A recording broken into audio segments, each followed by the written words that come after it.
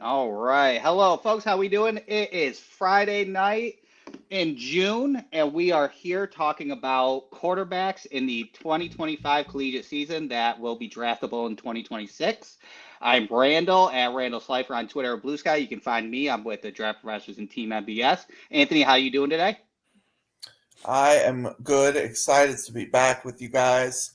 Doing some summer scouting is always a good time, so this is going to be fun. All right. Durst, how you doing today? Good. Yeah, good to talk about the quarterback class with a bunch of guys I really respect from Twitter/X. And Bill? It's good to be back. Good to be back in the saddle with you, Randall. Friday nights feels like just yesterday. We were kicking it off on Friday nights, but we're talking quarterbacks tonight. And folks, if you're watching and you're here ready to enjoy some lovely quarterback discourse and content, make sure that you give the channel a like. Make sure that you comment. Tell us we're wrong. I love to be told I'm wrong. Just forewarning you. Please tell me that I'm wrong. Make sure that you subscribe to the channel. Make sure you turn on that notification bell. We've got daily draft content coming at you, all sorts of things. We've got scheme fits. We've got team specifics that we're looking at. We've got a whole host of things. But I think the first QB on the docket tonight, Randall, I think is near and dear to your heart, being a Razorback guy. It's Taylen Green. And if you guys are ready to kick it off, I can kick it off. Let's kick it off. Yeah, Anthony, start off with Taylen Green. What'd you see? Sure thing. I'm going to try to do you proud here, Randall. Taylen Green. The first thing you're going to notice with Taylen Green is a big man. He is 6'6", 230 pounds. No joke when it comes to the size and physical tools that he's going to bring to the Arkansas Razorbacks this year.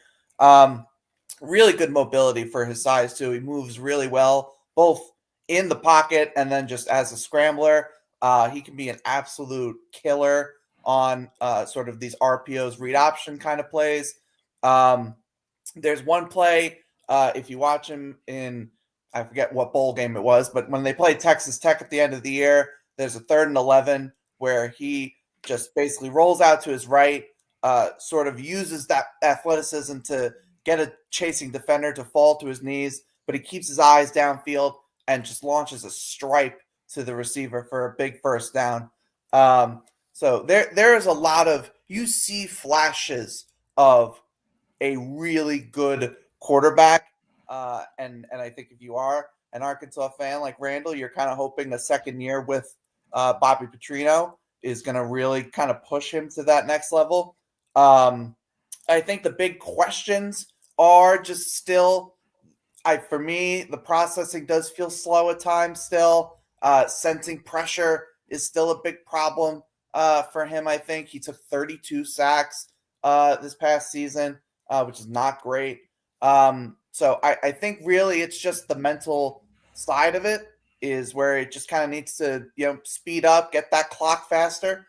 But like I said, the physical stuff is there. And this is, he's a redshirt senior, so this is his year to kind of make or break. But I think he has in my opinion, of the 5 guys we're going to talk about tonight, I think has the best chance of making that leap. Durst, what'd you see? Yeah, so a couple of years ago when he was at Boise State, I really thought this guy could be like the next Anthony Richardson. He's got like 95 percentile height. There's a report out there that he may run the 4.44, which would be the fifth fastest time for a quarterback at the NFL Combine all time. Now, asterisk there, a lot of the quarterbacks aren't running the 40 anymore, so some of the faster guys never actually got tested. But the upside is there through the roof. I would say he's probably not my favorite type of quarterback. He's very, NBA kind of build, very thin, very lean, and we've seen a couple of these guys really miss. So, I'm a little bit skeptical. Now, let me kind of back up just a little bit. Over the next summer or over the next few months during the summer, we're going to profile 30 different quarterbacks.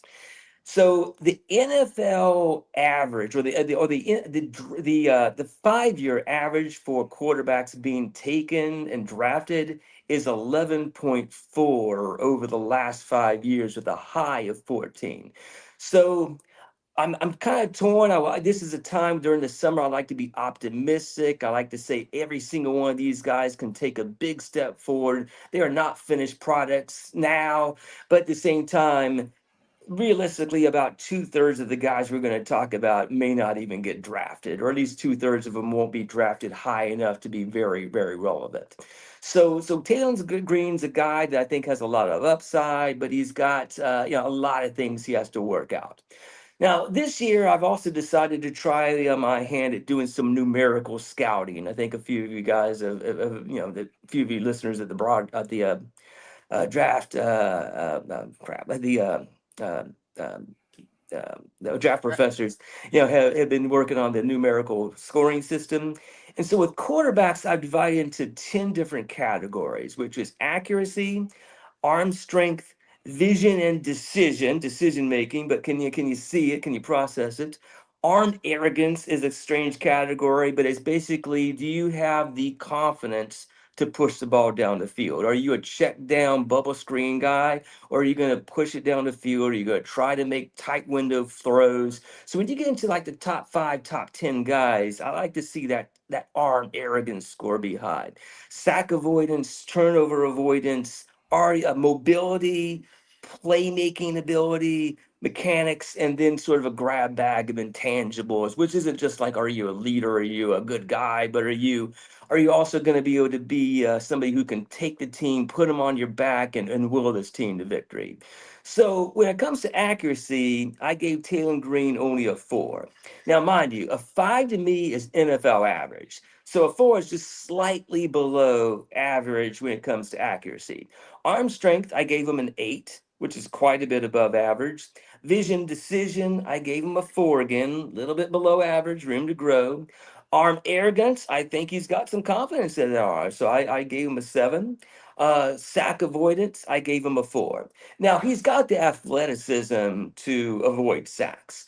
But as Anthony mentioned, he took 32 sacks last year, and I think I think it worked out to about an 18 points pressure to sack ratio. So got some work to do on that. Turnover avoidance, I gave him a 4. Mobility, I gave him an 8. Playmaking ability, slightly above average at a 6. Mechanics, this is where I really hit him with a 3. He's got that long, loopy throwing motion.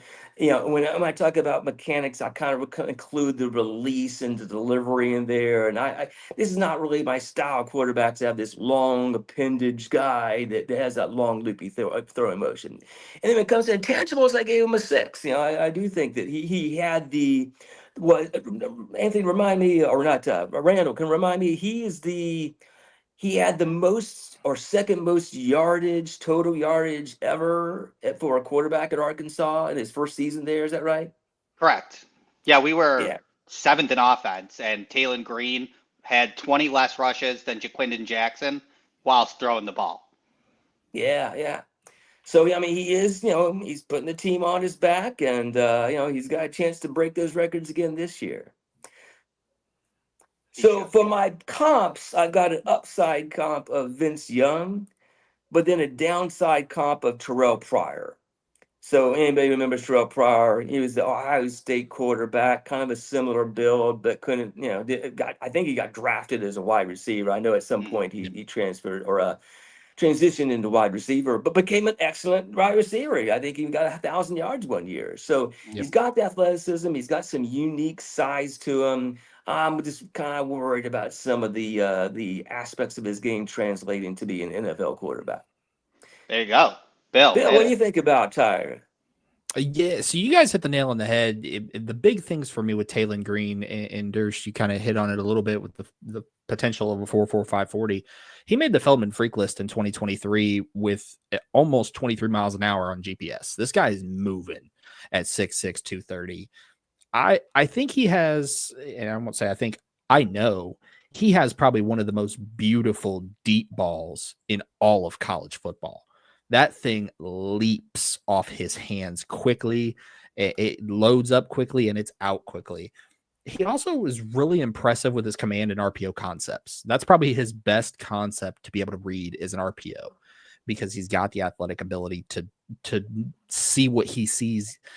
My concern is, and Dersh, you already hit on it, the mechanic aspect of Taylen Green. They are wildly inconsistent and they break down badly under pressure. And you see it one game, he has a completion percentage of 70%. And the next game, it's 41%. That's a mechanics problem. In addition to that, I need Taylen Green to hear me when I say this. I'll tell him. Go spend some time with the Arkansas Razorback baseball team and learn to slide. You take entirely too many hits in the open field. You are a signal caller, and I appreciate you trying to fight for extra yards. He runs angry. This is going to be Kyle Brandt's favorite guy, angry runner every week, but he runs entirely too angry for his own good. Slide, get out of bounds. For me, he's the best guy we're going to talk about tonight. I have 30 quarterbacks on my big board right now. We're going to talk about all 30 as we move through the summer here.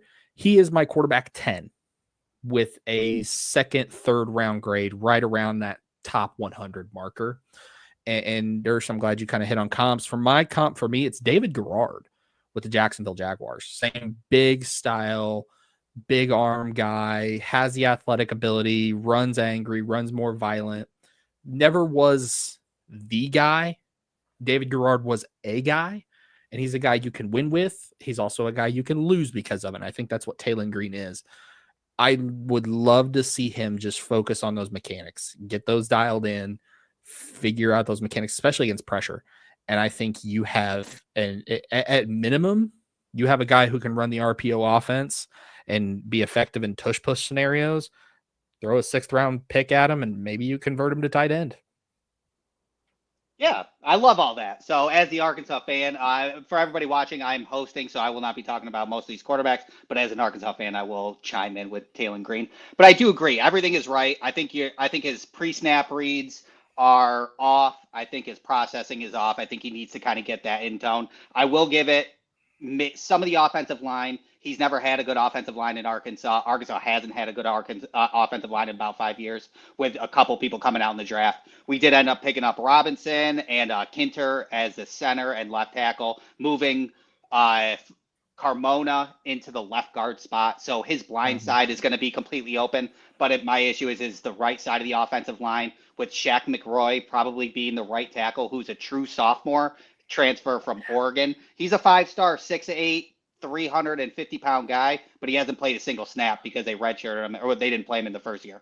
So the right side will be interesting to see. But the pre-snap, if that offensive line holds, I think his pre-snap will get better with Petrino in it. You know, they do the air raid RPO, and that's what kind of comes down to. So that's why he is great at the RPO for sure. Mechanics, you're right. I think when it comes down to it, he reminds me a little bit of Josh Allen coming out of college, where he was just a mess of a NFL player. And it just takes your determination to be able to fix everything. The mechanics are off. His bottom half of his body does not align with the top half when he throws. He just does not click. So once he gets that down, he can be an NFL player. But I don't believe he is an NFL quarterback if he does not fix that. But I do believe he will in Bobby Petrino's second year. But all right, yeah. So that is Mr. Arkansas Taylen Green. Now we're going to start off with Durst and Darian Mensah from Duke. Hit it. All right, so so Darian's, it's an interesting guy. So he's coming from Tulane, and I had not watched any Tulane until yesterday. I haven't even gotten to the running back that transferred to Oregon until yesterday, Mekhi Hughes. So I was really behind, and I ended up only watching 2 games on him. So if there's one guy I'm a little less confident of where I am on him, it is Mensah. But I did watch 2 games on him, and I got a decent feel for him. So on accuracy, I gave him a 6 out of 10. Arm strength, this is where I really think this is the guy that I think has the weakest arm of the 5 we're talking about. But I think of probably about the 15 or so quarterbacks I've looked at this year, I thought he had the weakest arm. Now, the 2 games I saw, he had about like five 50-plus yard throws. So he was chucking it deep, but it kind of fluttered toward the end. And it's really the short to intermediate ones where I think he can't really drive the ball into tighter windows. So, arm strength, I gave him a 3 out of 10, vision decision, a 4 out of 10. Now, that's, keep in mind, this is a redshirt sophomore. He was a 2-star recruit playing at Tulane. He was something like the 134th, quarterback in terms of the nation, in terms of high school. He was not at the Elite 11s. He was not at the all the All-Star, camps and the Under Armour and All-American Bowl and things like that. So overall, I mean, it's pretty impressive considering kind of where he came from and how much he's climbed the ladder to be. I think at one point he was the highest NIL quarterback in college football until he got surpassed. So again, vision decision, a 4, not bad for a sophomore, Richard sophomore. Arm arrogance, a 4. Sack avoidance, a 5. I gave him a turnover avoidance of a 6 out of 10. Mobility is a 6 out of 10. He wasn't as mobile as I thought he might be. Playmaker, a 5 out of 10. Mechanics, a 5. Again, that's just fine. That's good, decent mechanics for a guy of his age. Intangibles, a 4. Now to expand on that a little bit, let me pull up some of my notes.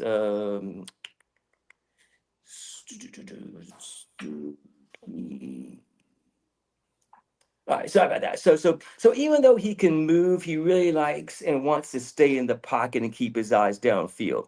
Throws a catchable ball with good touch, has pretty good accuracy.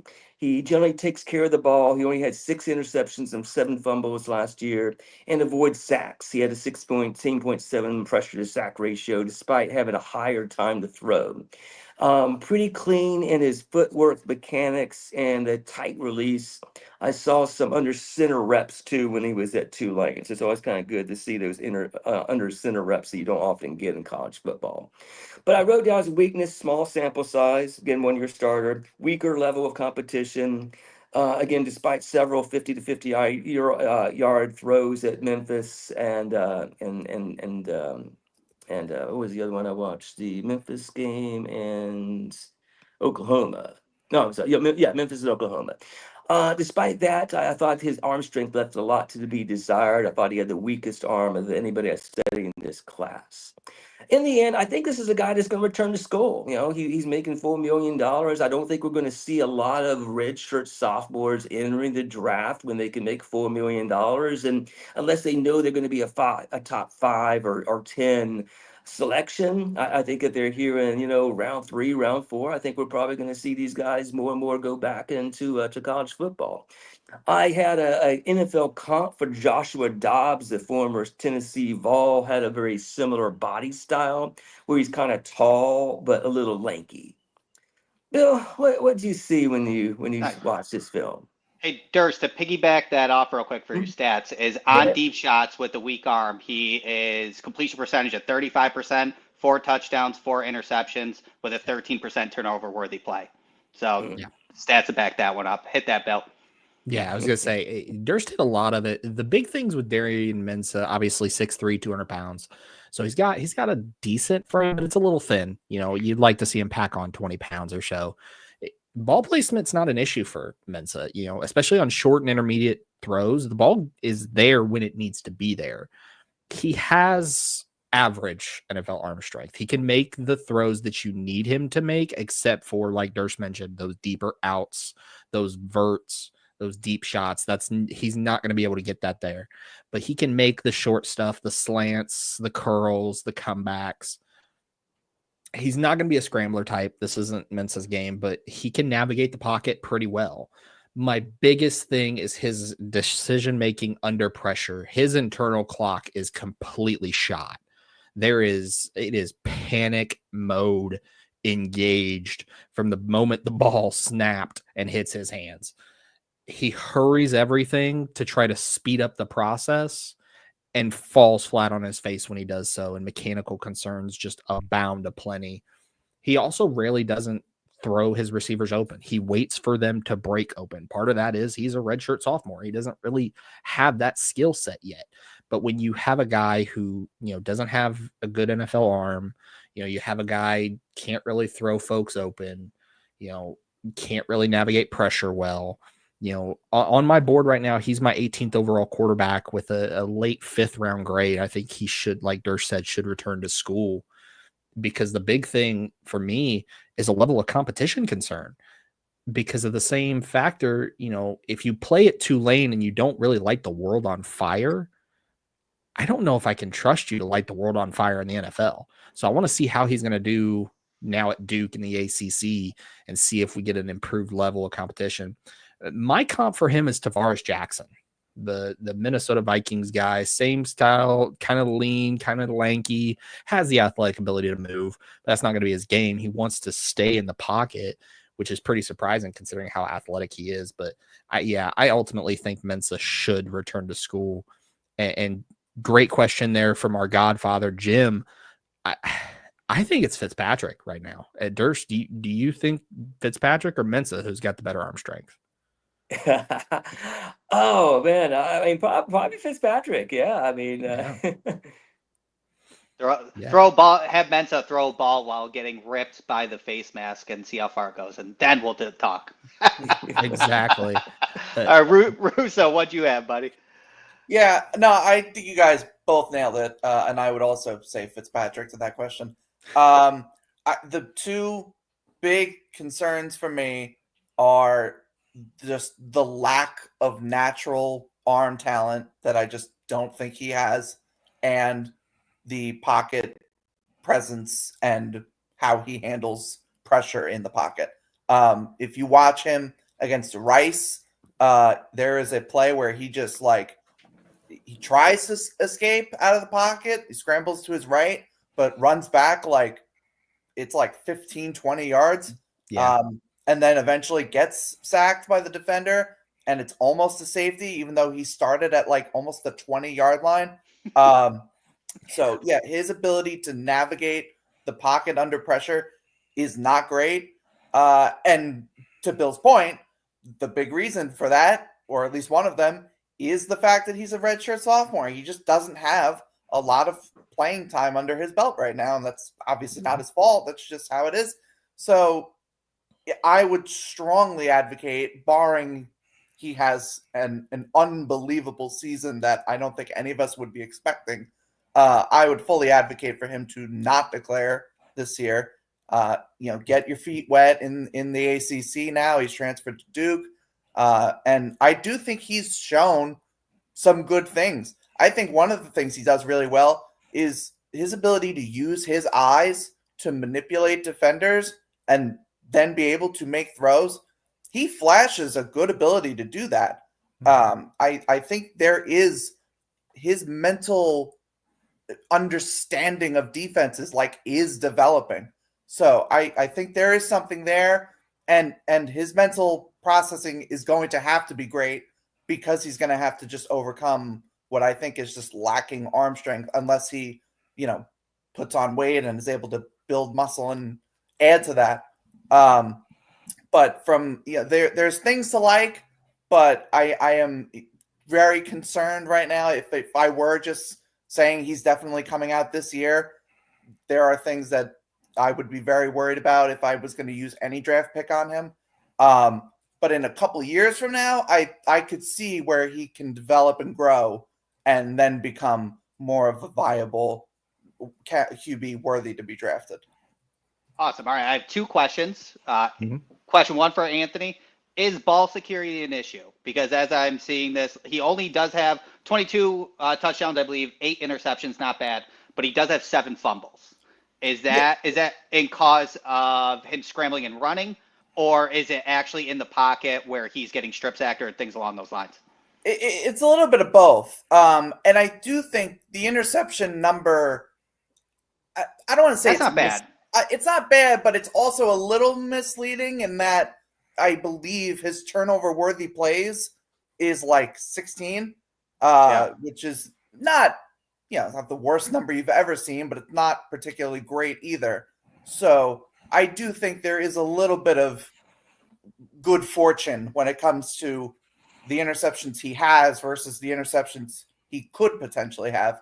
But that said, I think the fumble number is largely, again, how he handles the pocket and is handling the ball and trying to, because he does. I think another thing is like he does try to keep his eyes downfield. The problem is like he just isn't aware of what's going on around him, which is very important in that situation. Perfect. And then Bill, second question. Yeah. What is Duke going to do for him going from Tulane to Duke that will help him grow into hopefully as we're talking about, a great 2027 draft quarterback?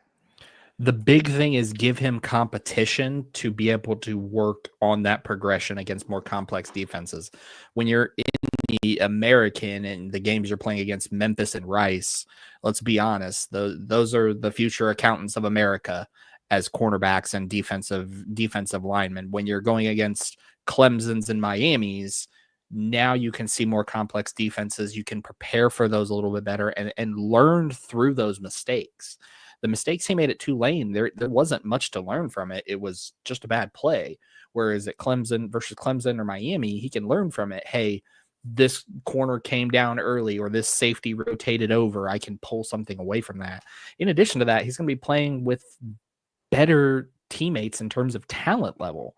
As you go up to an ACC, your wide receivers are better. Now, granted, it's Duke. They're still not going to light the world on fire. Let's not get it twisted. But if I have 3 5-star wide receivers at Duke and 1 5-star total player at Tulane, it's a different level of competition around him that I think will help elevate his game, and in turn, he elevate theirs. Perfect. All right. Now we will move on to our third quarterback, and we'll start with you, Bill, since we're going around, to Billy Edwards Jr., quarterback out of Maryland.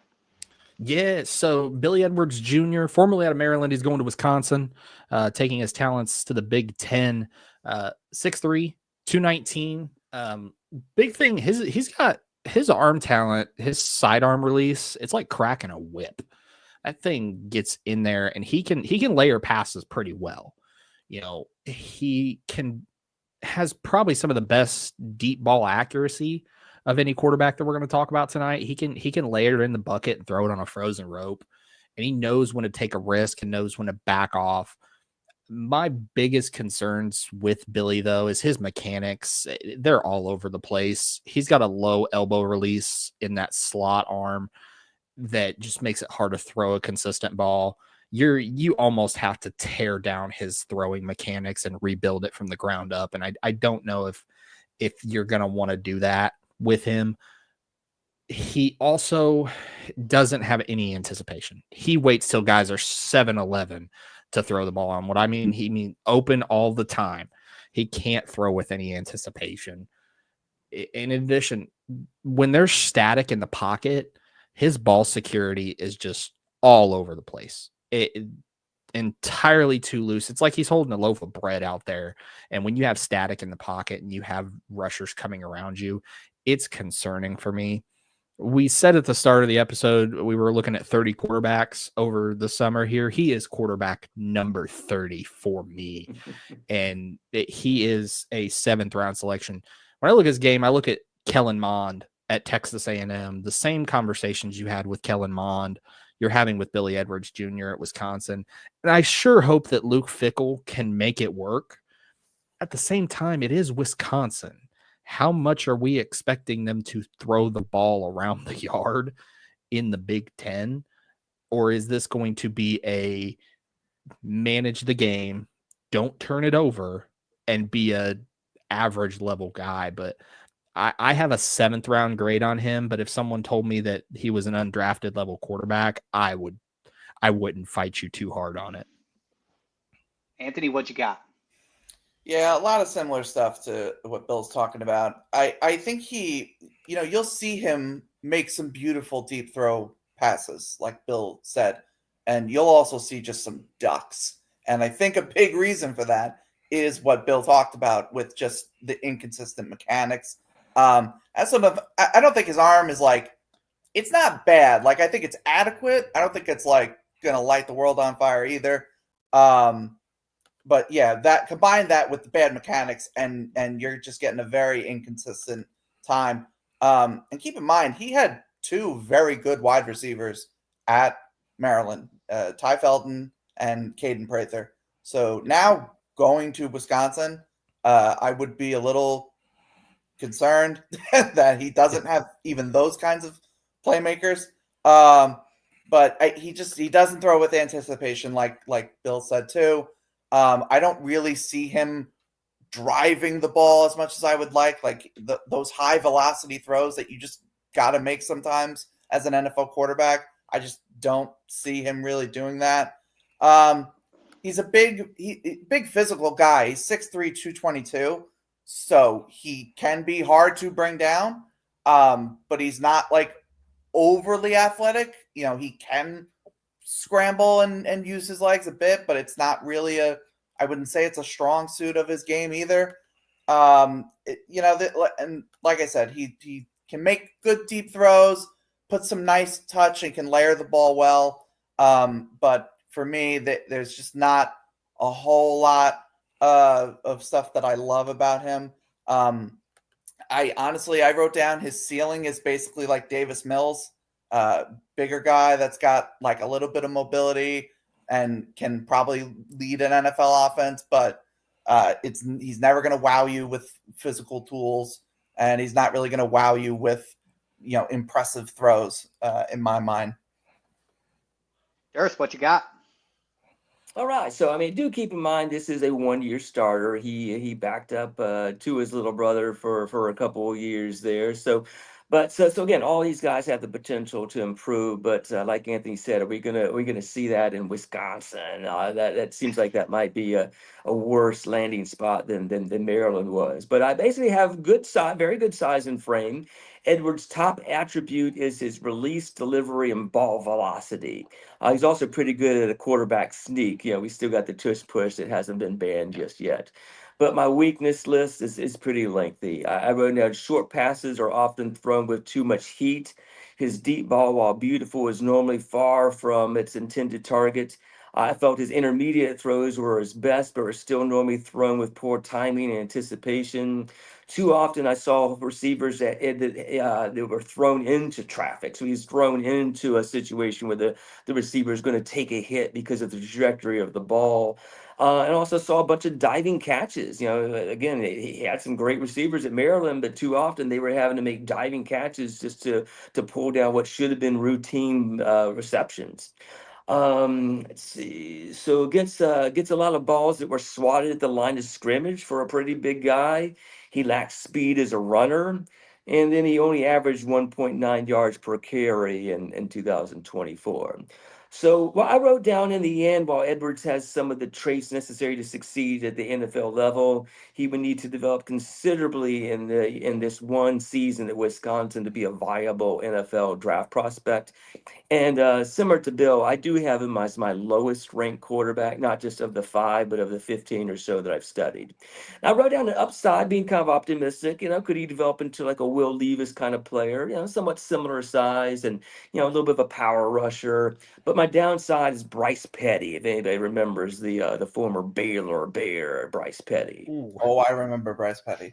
Yeah. Oh, that's right. You just cut Russo deep with Bryce Petty. I remember. Yeah. Yeah. All right. Yeah, that was great. Okay, so we're going to take a quick break. We'll talk about ourselves for a second, where we can reach you. But I do have a question from the audience. If you guys would like to answer it, then we'll go around. And here we go. What do you guys have on Carson Beck, ranked for the 2026 class? How well does he have to perform to get into the first round? I'll start with Russo. What you feeling? But we can go next if you want. No. I saw Bill's face and I was like, Jesus. Yeah. And then here is his follow-up. So then how Anthony Manzano, thank you for watching Whole 9 Yards, and his little input on it as you guys talk. Yeah, so I'll be quick on Carson Beck. And I will say I haven't like watched him for summer scouting, so you take that caveat, but I watched plenty of him last summer scouting, and this past season at Georgia was several games I watched of him. Yeah, I mean, listen, there's a reason he was QB1 in summer scouting last year. And there were moments where you thought he could build on, ability to throw with anticipation, ability to be accurate, good enough NFL arm, good leadership qualities. Like, he showed those things prior to last season. And then this past year, it just, the consistency completely fell off. Did not have that accuracy and poise in the pocket that we thought he could improve upon. And so now coming into this year, going to Miami now, I don't have him officially graded. My guess is I would have like a mid-round grade on him at this point, probably like 4th or 5th. He's just, you have all these questions now after what was supposed to be sort of his coming out party year. And he's going to be in a new offense. I just don't see him being the kind of quarterback prospect we thought he could be. And listen, maybe Miami gives him that Cam Ward sort of revitalization. I just don't see that happening, especially now Miami's lost several weapons that Cam Ward had this year. And that's not me trying to take away from Cam Ward, but the quality of weapons around Carson Beck isn't going to be as strong as Cam had. So I do not have high hopes for Carson Beck. I think the best you can hope for with him is like maybe a day 2 guy. But he's got to get more consistent. He's got to get back to being accurate and throwing with anticipation at a consistently high level. But it's going to be a long road to do that, in my opinion. All right. Anybody else would like to talk about Carson Beck that truthfully believes he can get into the first? Durst? Well, I would say he's got a chance to get into the first because, I mean, after all, a lot of people weren't really confident on Cam Ward. So, this is a different type of quarterback and maybe a more difficult reclamation project. But I think he can get into the first. I just think he'll end up being like a Mac Jones type of first-round player if he ends up getting there. But to kind of take it from the top, good size and frame, above average arm strength, a tight spiral, and about 65-yard range on his deep ball. His throws are normally on time when the picture is clean, and he's able to layer throws between defenders. But he had several notable meltdowns under pressure in 2024, especially the Alabama game.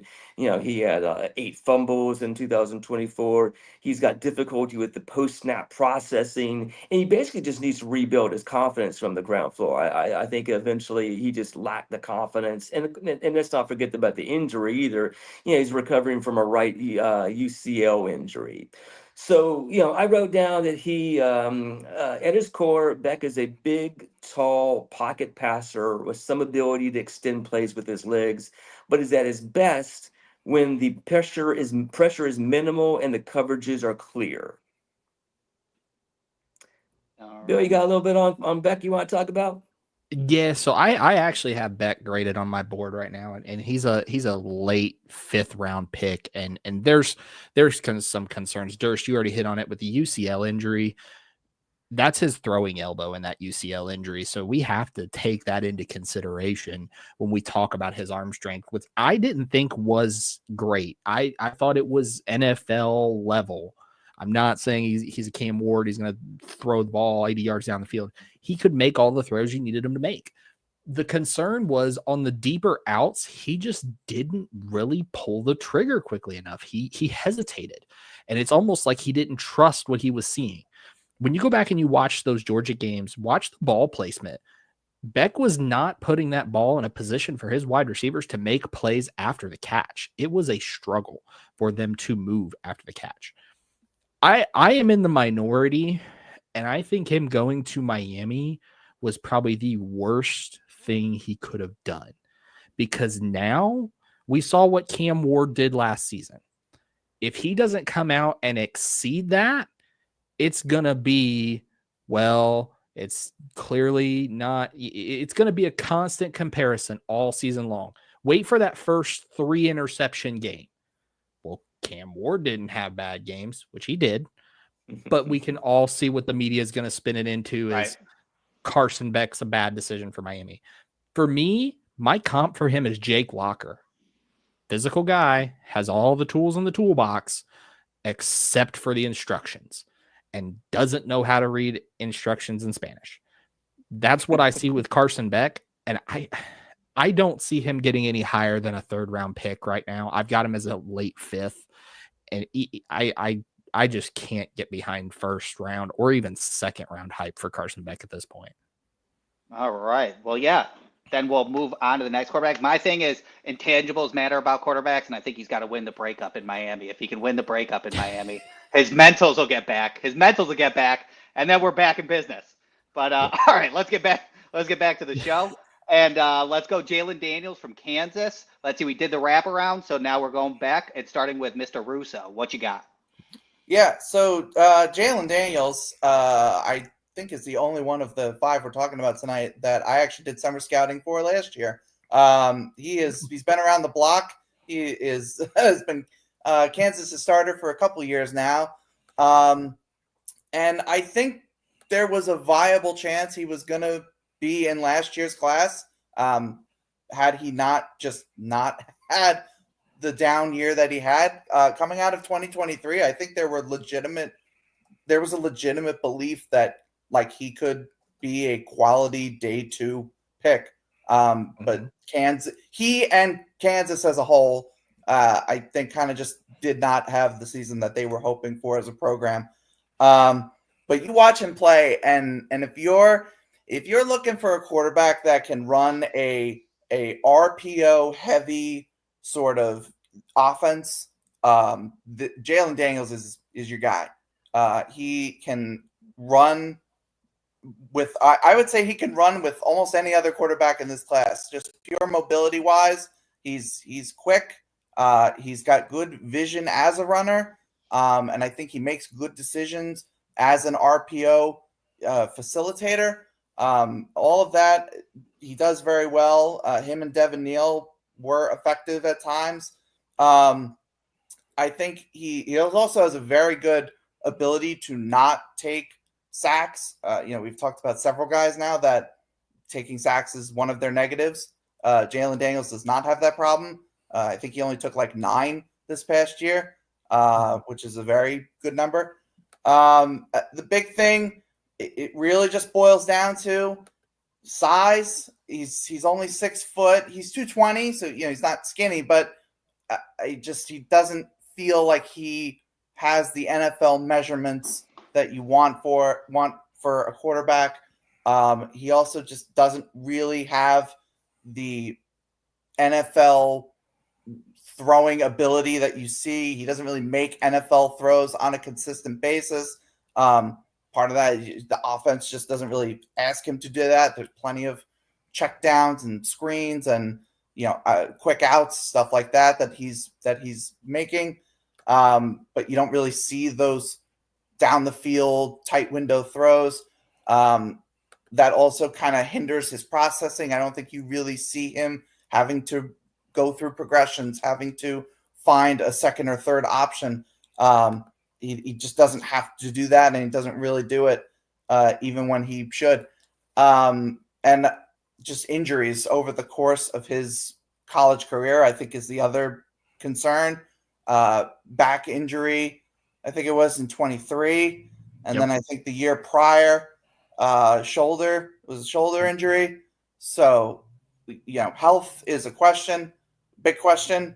And now for a guy in his 6th year, you can't afford medical questions, and you can't afford questions about your overall NFL throwing ability. So, for Jalon Daniels to be in the NFL draft conversation, he's got to be healthy.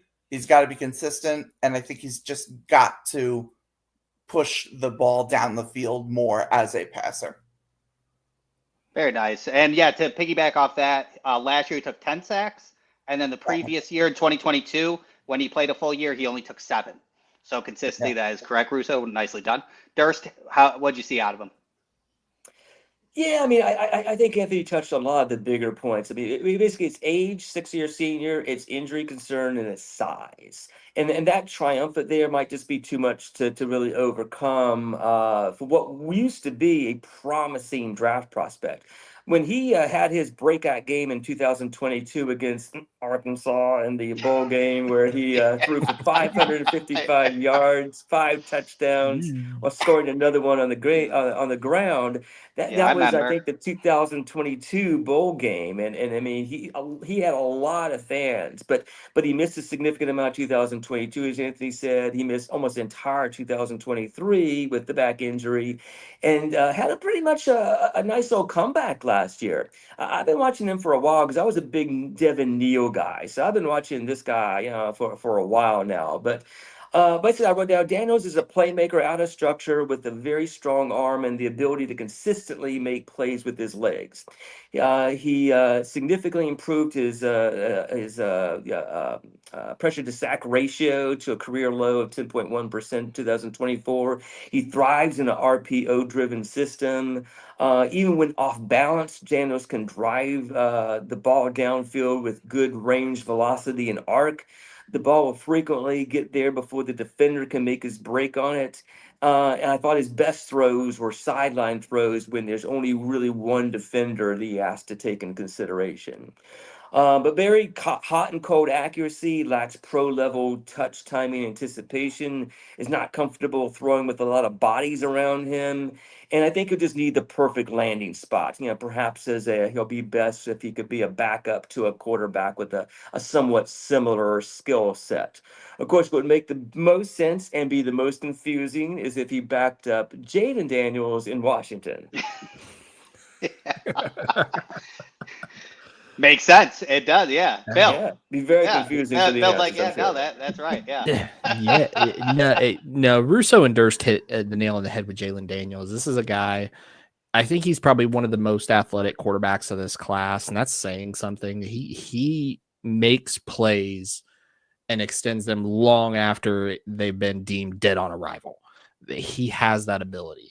The problem is his throwing mechanics. There's too many off-platform throws, and he doesn't have a top-level arm. He's got NFL arm, but when you throw off platform, you jack up those mechanics. The deeper balls become sitting ducks, and it does not look pretty. In addition, he is one of a few prospects I'm sure we'll talk about as we move through summer scouting and move into scouting reports. He's got a durability red flag for me. The shoulder injury, the back injury. He also had a minor knee surgery in February of this year. It's just racking him up. And at 6 foot, 220 pounds, 60-year senior, I've got durability questions. For me, he's QB number 27 on my board out of 30, 7th round pick. This would be a guy, if I'm drafting him, I'm hoping he can stay healthy, kind of like a Tyrod Taylor mold. I'd put him behind my quarterback, Jaden Daniels in Washington, Lamar Jackson in Baltimore. I put him behind my quarterback, keep him prepped, keep him ready, maybe design a few plays to take advantage of his athletic ability. But I am hoping and I am praying that I do not have to start Jalon Daniels because I'm not sure if he can make it through a game healthy himself. Okay, so question with that, and then we'll move on to the next quarterback. And I know this is kind of off the top of my head, so you can tell me if I'm dumb or not. But let's say he has an incredible year. Does he get into that Tyler Shuck conversation? I think if he has an incredible year, and it doesn't even have to be totally incredible statistically, right? If he plays, right? If he puts good tape out there and he stays healthy, there's a possibility he could sneak into day 2. But that would be as high as I could see him. Tail end of round 3, somebody wanting a developmental prospect behind their elder statesman quarterback. But I think that's a ceiling at best case scenario. Does anybody agree or disagree? Willis range is probably about as high as I could see him going. Yes, the Malik Willis range would be where I would say. Russo, you concur? Yeah, I think so. I think Bill kind of made the point. He needs a complete, healthy season in which again, like the numbers don't even need to be that gaudy, but if Kansas wins 9-10 games, which I don't necessarily expect, but if they have a great season, get back to that great year that they had 2 years ago, and he is a big reason of that, and he plays the whole year, yeah, I could see a team buying into the dual threat ability. He's very like great value Jalen Hurts almost. Like you can kind of like mold him into that sort of quarterback. So yeah, like a team, you guys hit it, like the Ravens with Jackson, the Commanders with Daniels, the Eagles with Hurts, like that kind of team could absolutely use a day 2 pick on him if all goes well. There we go. All right, we're clipping that. We're clipping that, bookmarking it, and then let's wait for next year for sure. All right, now we saved the best for last for everybody. Again, thank you for watching, and we are around to Durst and John Mateer. Yeah, speaking of the best for last, he is actually my top rated of these 5, and I cannot tell you how surprised I was. Now, I say surprised. When I was watching Kyle Williams, I decided, why watch his senior film? Why not go back and watch his Cam Ward when he's got a real quarterback? I had no idea that this guy was even a thing, really. And then all of a sudden, I got this assignment, and I'm looking, holy crap, he's got some good statistics. And so I watched some of his games. I'm like, wow, this is actually a guy that I should have been taken seriously. So I've got Mateer as a 6 out of 10 in terms of the accuracy, slightly above average. Arm strength at 8 out of 10. I'm really impressed with his arm strength. Vision decision. This is another guy, 1-year starter. So I've got him up to the 4, but I don't think that's a bad grade. Again, 5 is average. I got arm arrogance. Basically, his willingness to push the ball down the field into tight windows is a 7 out of 10. Sack avoidance is a 4 out of 10. I think he took 32 sacks. Let me see if I can find that one. Turnover avoidance, 6 out of 10. Mobility. Now, I don't think his mobility, he's got some really gaudy rushing statistics, including 15 rushing touchdowns. I don't think that part of his game is going to translate into the pros, but he's definitely got some functional mobility. So I gave him a 7 out of 10. Playmaker, I think he's a gunslinger, so I gave him a 6 out of 10, a little bit above average, but again, 1-year starter. And mechanics and intangibles, I think they're fine, 5 out of 10 in both of those categories. So again, to kind of expand on this just a little bit, we got, went to the wrong guy there. Yeah. So basically, strong arm, physical running style will step up into the pocket, can break, contain, and keep eyes downfield. Now he's listed at 6'1", which means he could be shorter than that. He's got a pretty good density to him at 225, but this is kind of an oddly shaped guy for an NFL quarterback. So he's a little shorter than you would like. I don't think like I said, I don't think his rushing production will translate to the NFL. And I think he does tend to stare down his primary read a little bit, but you get that from a first-year quarterback. Mateer was taken down for a sack, 33 times. Now, I went back and looked at Cam Ward back in these last 2 seasons at Washington State, and he was taken down 39 and 40 times. So 33 is not a great number, but it's pretty consistent with Washington State's poor offensive line.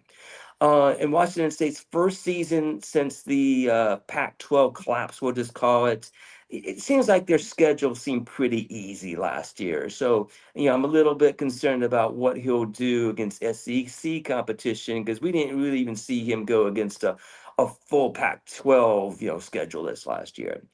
So in the end, Mateer is a gunslinger with good mobility. He can be efficient in structure and in the pocket, but he can also create win on the move. There are some similarities between Mateer and former Sooner Baker Mayfield. I think a lot of the media around Sooner Nation thinks that he has a little bit of similarities to Baker, and I can see that. And if Mateer can build on his impressive first season once he gets his chance against SEC competition, this will mean a lot for the team and for his draft stock. They host Michigan in game 2, and so I think we're going to get an early clue whether or not he's really going to have been the right decision for Oklahoma to have went his way. So I have him as a day 2 quarterback, a potential round 2 quarterback, an upside of Baker Mayfield, and a downside of a guy named Rex Grossman. Rex Grossman actually had a pretty similar body style, but he was very immobile. But so anyone who doesn't really remember Rex Grossman, because he had a pretty poor NFL career, but he was actually a consensus All-American as a sophomore, and it was second in Florida. the Heisman Trophy balloting in his redshirt sophomore year at the University of Florida. So, Bill, you up on Mateer and Yeah. Hey, Durst, let me to piggyback on those sacks. Yeah, you had 33 on there. He did have an 8-sack game against Boise State. So if you take that out, it's 11 sacks or 11 games with 24 sacks. So that number looks a little bit better. Boise State just ran over him like a truck. All right, Bill, But go that's ahead. one of the games I watched. I watched Boise State and Washington. Yeah. So it's time to break some folks' hearts because I'm lower on Mateer than Durst is. I see the things Durst talks about. You know, you see really good arm talent, easy velocity generation.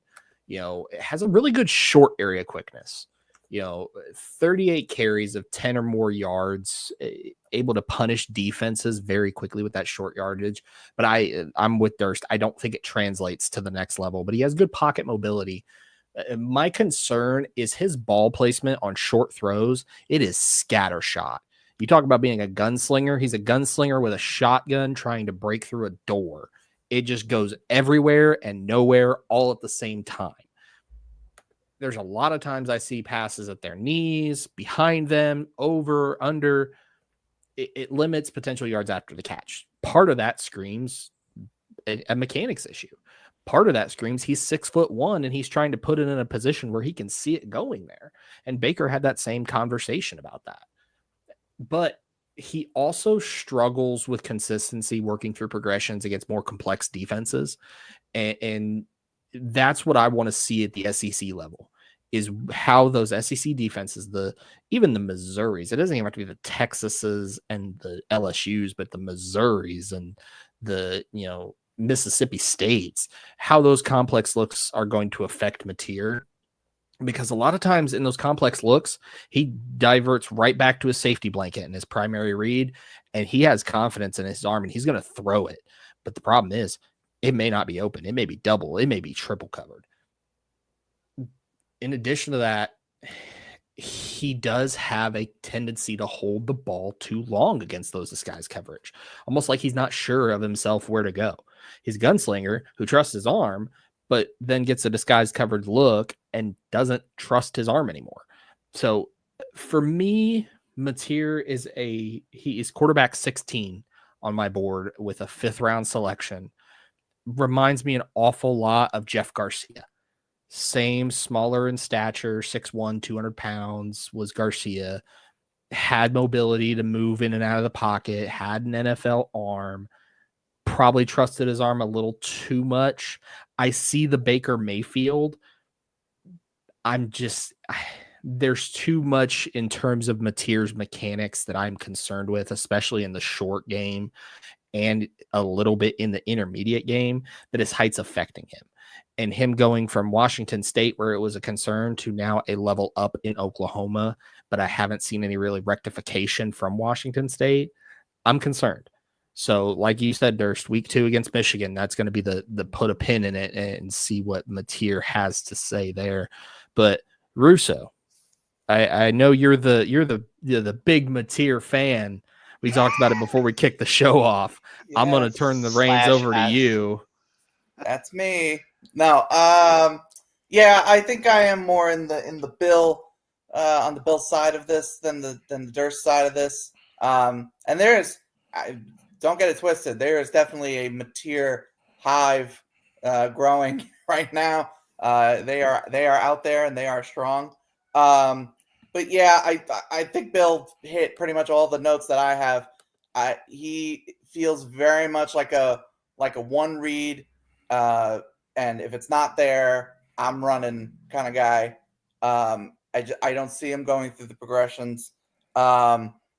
Jim, if you want him to be Drew Brees, you're going to need a a prayer is what he would need to pray. Mm-hmm. Yeah.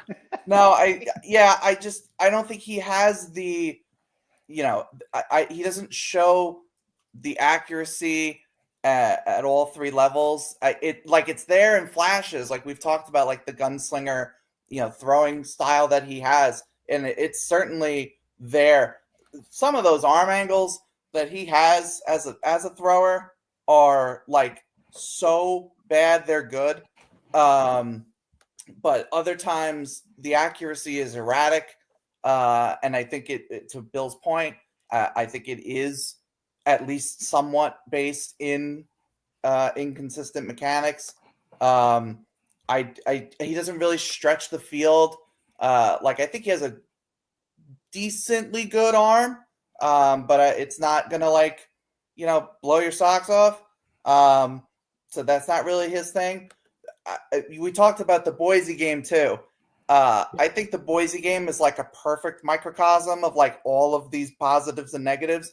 The first play of the game in that Boise game is just a QB power, and he just runs like 50 yards past like pretty much everybody except the last guy that winds up tackling him.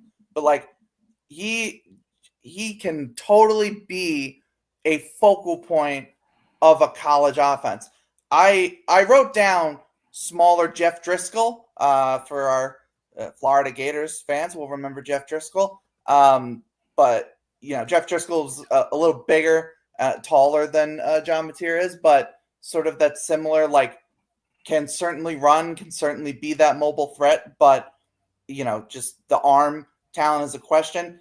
If you watch Mateer enough, you're gonna think of Johnny Manziel. I think like they're it's not 1-to-1, but there are absolutely flashes of that, Heisman-esque, ridiculous playmaking, being able to move around the pocket, make these insane gunslinger throws, all this, that. Like, it's that you will, if you know Johnny Manziel, it will invoke those memories. I just don't think, similar to what happened with Johnny Manziel, and there were obviously other things, but similar to what happened in terms of his NFL skill set, he just couldn't consistently make NFL throws, on a consistent basis and go through progressions and run an NFL offense the way that you would want him to. And I'm not sold that John Mateer can do that. This season now at Oklahoma, transferring to Oklahoma, I think gives him a very good chance to do that.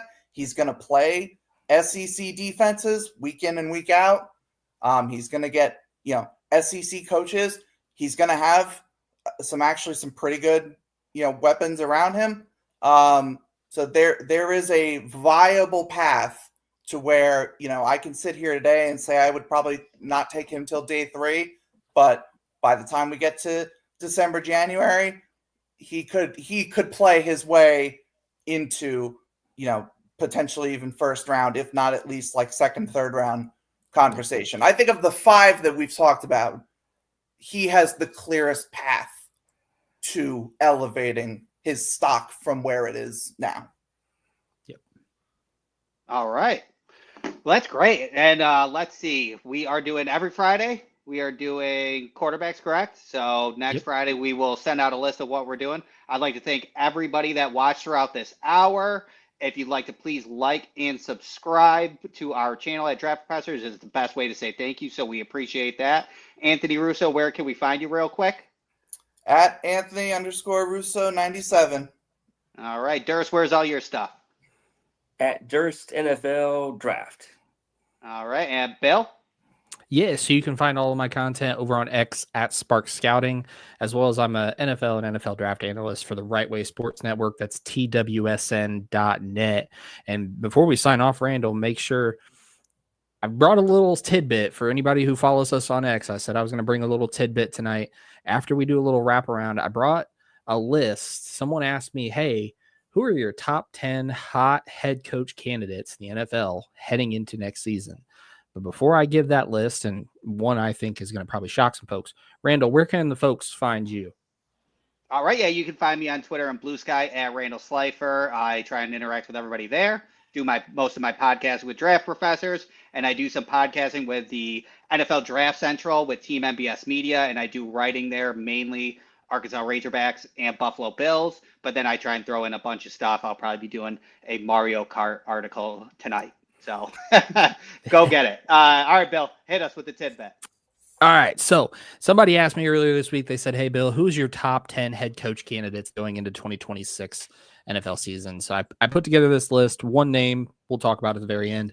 So Cliff Kingsbury, Commanders offensive coordinator. I think if he blows up with Jaden Daniels, that's an easy one. Brian Flores will always be talked about just based on his defensive prowess.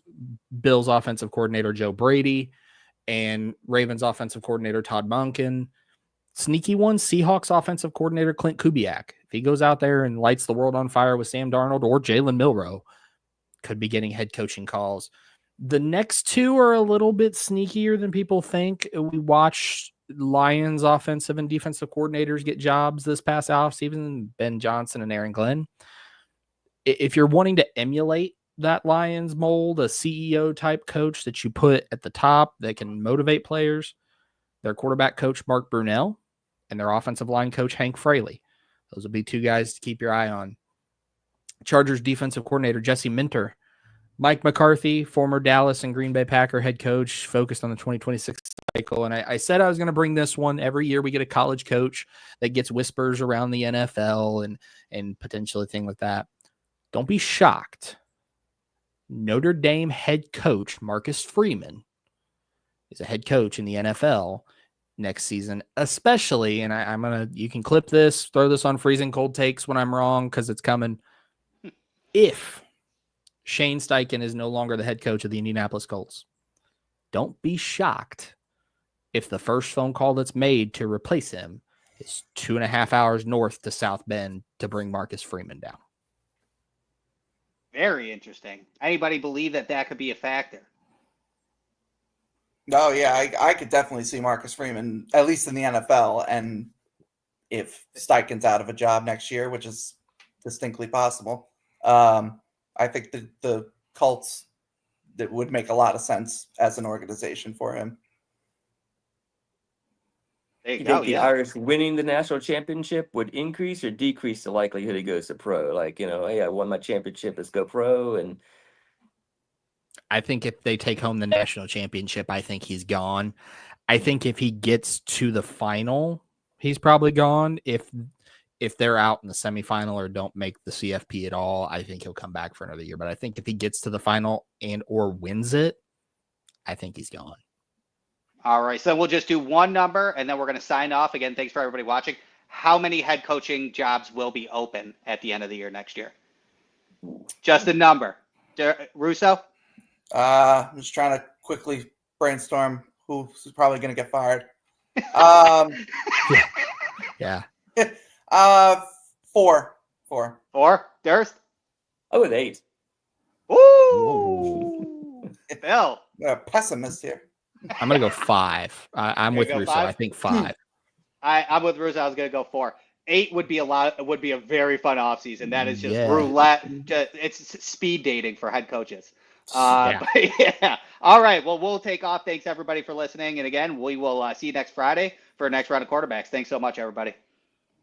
Peace.